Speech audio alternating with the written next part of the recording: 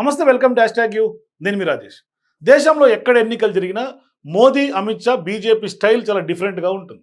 అయితే గతంలో పార్లమెంట్ ఎన్నికల సందర్భంగా ఎప్పుడైతే అబ్ కీ బార్ 400 కీ పార్ అనే నినాదం తెర మీదకి వచ్చిందో, సీన్ కట్ చేస్తే ఆ సంఖ్య కాకుండా చాలా వరకు సీట్లు తగ్గినటువంటి పరిస్థితి. అంటే 303 సీట్ల నుంచి గతం నుంచి కంటే కూడా దాదాపుగా 50-60 స్థానాలు ఎన్డీఏ సర్కార్ తగ్గిపోయినటువంటి పరిస్థితి. మరీ ముఖ్యంగా బీజేపీ సొంతంగానే సీట్ల క్రమం పడిపోయినటువంటి నేపథ్యం.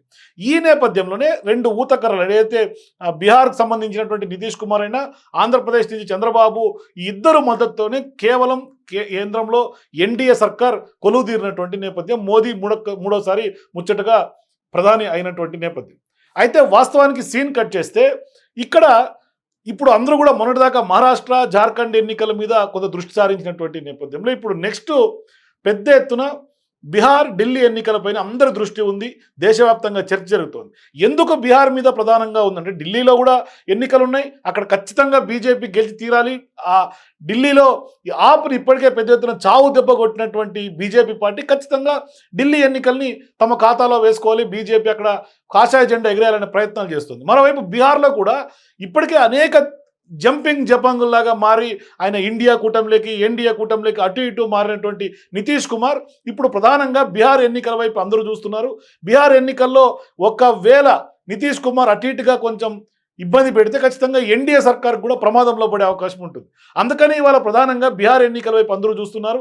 ఎన్డీఏ సర్కార్ ఎటువంటి ముందుకు అడుగులు వేస్తుంది, అక్కడ నితీష్ కుమార్ పాత్ర ఏంటి అనేది ప్రధానంగా ఇవాళ అందరి దృష్టి సాగుతోంది. అయితే ఇక్కడ ప్రధానంగా నితీష్ కుమార్ గతంలో ఎన్నడూ కూడా కొంత బీజేపీ తోటి కలిసినటువంటి దాఖలాలు కనిపించట్లా, అటు ఇటుగా ఉన్నటువంటి పరిస్థితులే ఉన్నాయి. కానీ ఇవాళ బీహార్ ఎన్నికల సందర్భంగా బీహార్ కూడా ప్రత్యేక స్టేటస్ డిమాండ్ ఎప్పటి నుంచో ఉంది.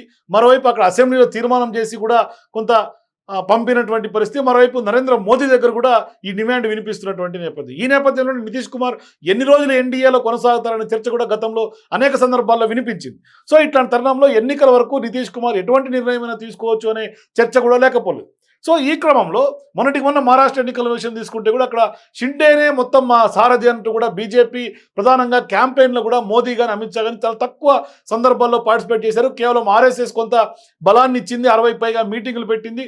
బీజేపీ భారీగా షిండేకి దెబ్బ కొట్టి ఎక్కువ సీట్లు సంపాదించింది. సో ఇప్పుడు బీహార్లో కూడా అక్కడ బీజేపీ ఎక్కువ సీట్లు సంపాదించాలి. మరోవైపు అక్కడ ఇప్పటిదాకా ఎప్పుడు బీజేపీకి సంబంధించినటువంటి సీఎం కాలేడు కాబట్టి బీజేపీ అభ్యర్థి సీఎం అవ్వాలని చేసే ప్రయత్నం బీజేపీ చేస్తుంది. సో ఇప్పుడు షిండేకి దెబ్బ కొట్టి ఎట్లయితే మహారాష్ట్రలో ఇప్పుడు ఫెర్నాండెస్ తెర మీద తీసుకొచ్చి సీఎం అభ్యర్థిగా చేశారో అదే క్రమం ఇప్పుడు బీహార్లో కూడా కనిపిస్తుంది. అంటే మహారాష్ట్ర ఫార్ములా బీహార్లో ఇంప్లిమెంట్ చేసే దిశగా నరేంద్ర మోదీ కొంత అవకాశాలు ఉన్నాయి. కానీ ఇక్కడ సీన్ కట్ చేస్తే నితీష్ కుమార్కి కొంత ఎన్డీఏలో అక్కడ ప్రభుత్వం ఉండడానికి ఖచ్చితంగా నితీష్ కుమార్ అవసరం కాబట్టి ఇప్పుడు నితీష్ కుమార్ని అంత ఘోర స్థాయిలో దెబ్బకొట్టే పరిస్థితులు కనిపించట్లేదు. ఎందుకంటే క్విడ్ ప్రోకో లాగా గివ్ అండ్ టేక్ పాలసీ ఖచ్చితంగా రాజకీయాల్లో ఉంటుంది కాబట్టి పొత్తుల ధర్మం ప్రకారం ఈయన ఆల్రెడీ ఇప్పటికే ఎన్డీఏ సర్కార్లో కీలక భాగస్వామిగా నితీష్ ఉన్నాడు కాబట్టి ఇప్పుడు 2025లో జరగబోయే బీహార్ అసెంబ్లీ ఎన్నికల్లో ఇప్పుడు సీఎం నితీష్ కుమార్ నేతృత్వంలోనే జరుగుతాయని కూడా ఎన్డీఏ శుక్రవారం క్లారిటీ ఇచ్చేసింది. సో ఇప్పుడు వచ్చే ఎన్నికల్లో నితీష్ కుమార్ని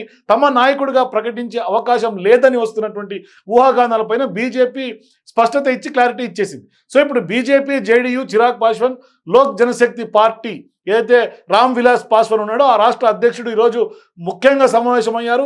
అట్టడుగు స్థాయిలో కార్యకర్తల మధ్య సమన్వయం చేయడానికి ఈ సమావేశం జరిగినట్టుగా తెలుస్తోంది.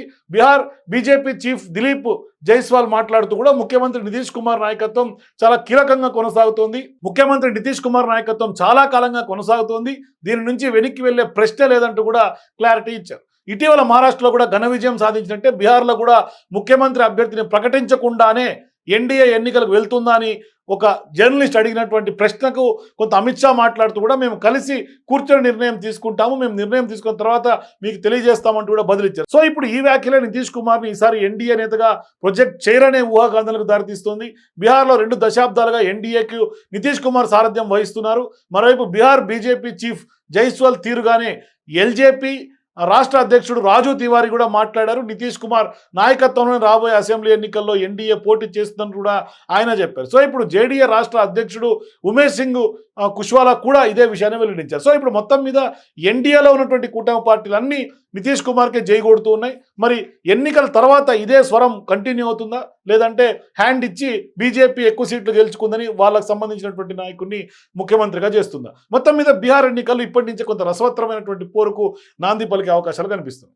మీరు కూడా బీహార్ ఎన్నికలపైన మీ అభిప్రాయాల్ని కామెంట్స్ రూపంలో తెలియజేయండి. అట్లాగే నరేంద్ర మోదీ, నితీష్ కుమార్ ఇప్పుడు బీహార్ ఎన్నికల నేపథ్యంలో మరి బీజేపీ నితీష్కి హ్యాండ్ ఇస్తుందా, లేదంటే కొంత ఊతం ఇచ్చి సీఎంగా మరొకసారి చేసే అవకాశాలు ఉన్నాయా?